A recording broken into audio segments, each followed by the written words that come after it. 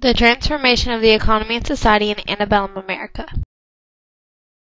Railroads, canals, turnpikes, and steamboats made the transportation of goods much more efficient. It provided jobs and made travel much easier by connecting the East Coast to the West Coast.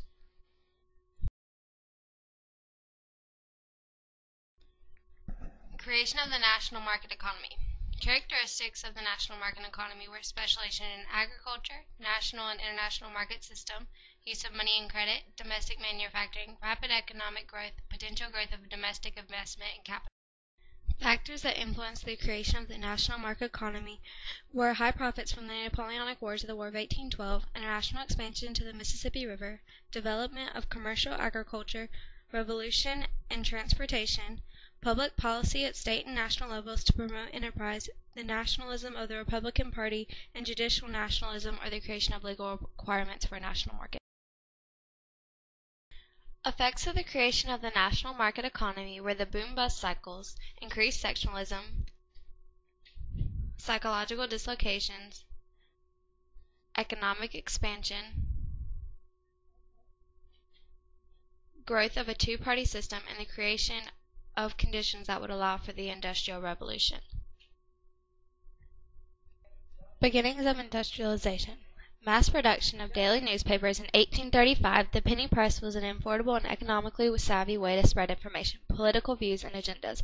The first daily newspaper was the New York Herald, which quickly became a metropolitan stronghold. Textile manufacturing was extremely popular during this time in the Northeast. Particularly in Massachusetts, the South was still based economically on agricultural advancements because of free labor and fertile soil. Other forms of manufacturing also became booming industries during this period, like iron, textiles, and flour mills in the mid-Atlantic states. In 1848, the sewing machine was invented, improving the labor of women in the household.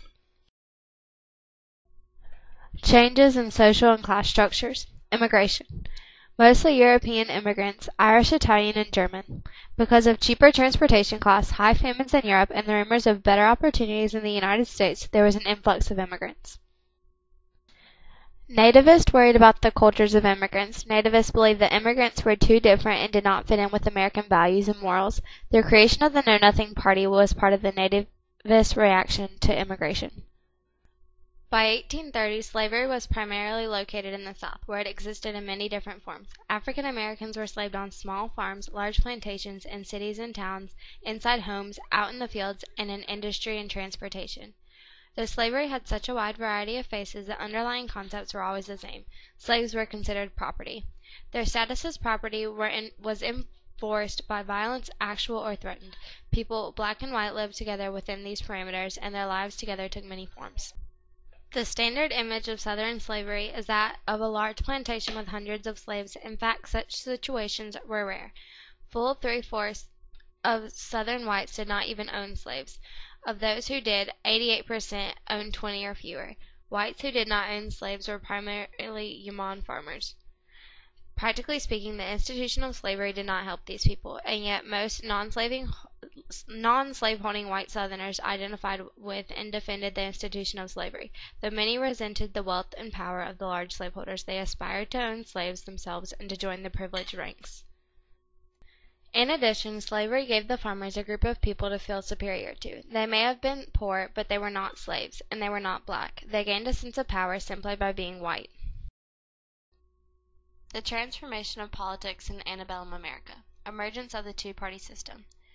Democrats dealt with states' rights, limited government, universal white male suffrage, Southerners, Westerners, small farmers, urban workers, and immigrants.